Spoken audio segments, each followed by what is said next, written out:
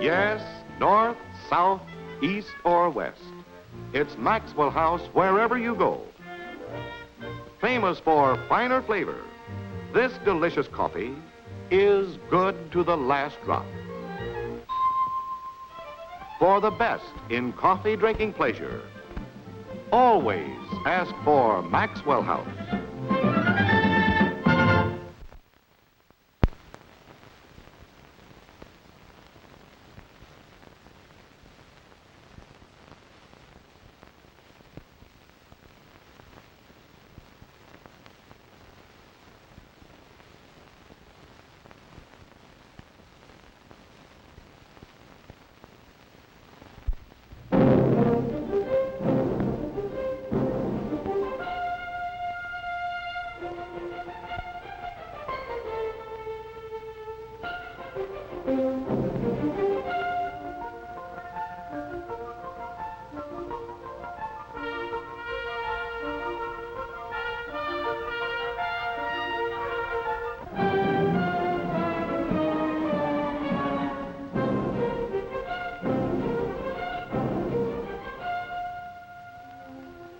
These people have just crossed the country to come to California.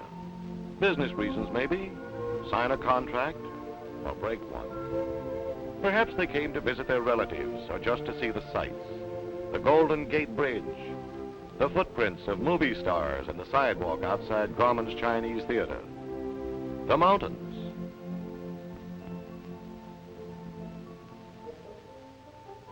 The mountains attracted a different class of tourists once.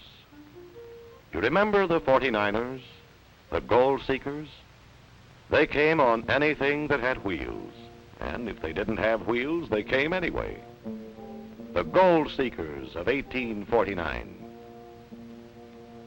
Towns grew up quickly around the mines. Big towns, some of them. A little rough and ready, but not as much as you would probably think.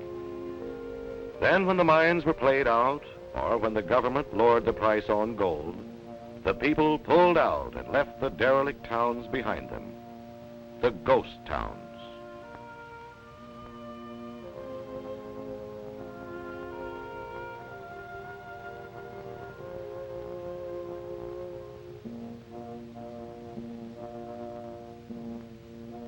A ghost town always had a kind of fascination for me.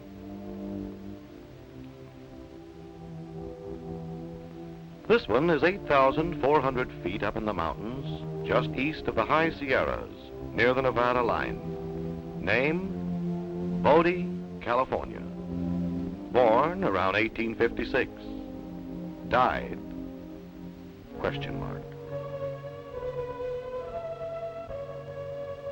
It was started by a man named Bodie, who took a look at those hills and decided they contained a lot of gold. He was right, too. Though not being a prospector, I can't say the hills impressed me very much when I saw them. Bodie had a placer claim on all this territory, which means he panned the stuff by hand. He took out $500, though it's doubtful if he got to spend much of it, because he broke his leg while he was hiking after supplies. And by the time they found him, which was after the snows had thawed, well, Bodie took out $500, and in the town they named after him, they took out 80 million more.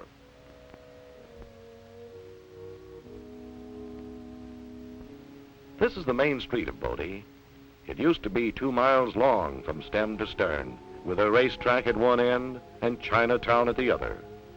It's considerably shorter now. Considerably. The fires have done that. Like all mining towns, Bodie has had a lot of fires. The fire bell there is about the most important single piece of equipment they had. It's still shiny and new looking. Maybe that's because of the workout it got. The firehouse is standing on the site of the last big fire. Started by a little boy, 3.5 years old, who wanted to have some fun with a box of matches he found. The fire burned out almost all of Bodie's business district, burned down the Occidental Hotel and a lot of stores. That's the machine they used to fight the fires. I was able to look in some of the houses, the ones with sides missing, because of the weight of the snows or because of the fires. But the houses that were still intact, they were all locked. They had furniture inside and curtains on the windows. They looked as if they were waiting, but I didn't have a ghost of an idea what for.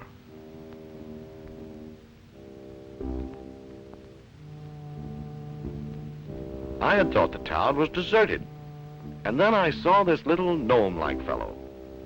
I won't say I thought he was one of the ghosts, though he certainly did blend into the scenery.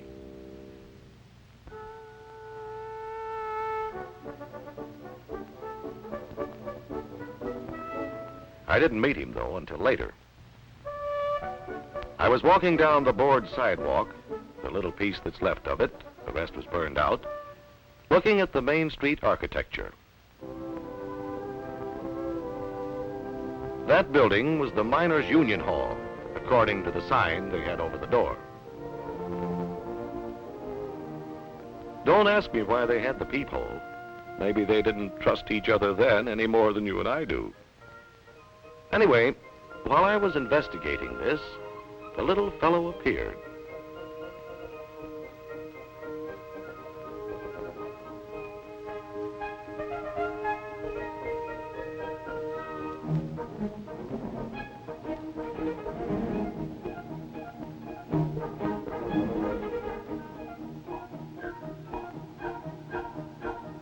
He turned out to be the caretaker. I couldn't see what there was to be taken care of or why.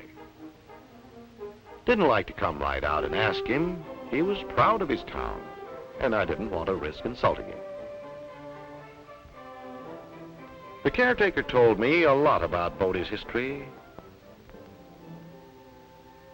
That mine was the old Standard, the only one left of the 17 operating during the town's heyday.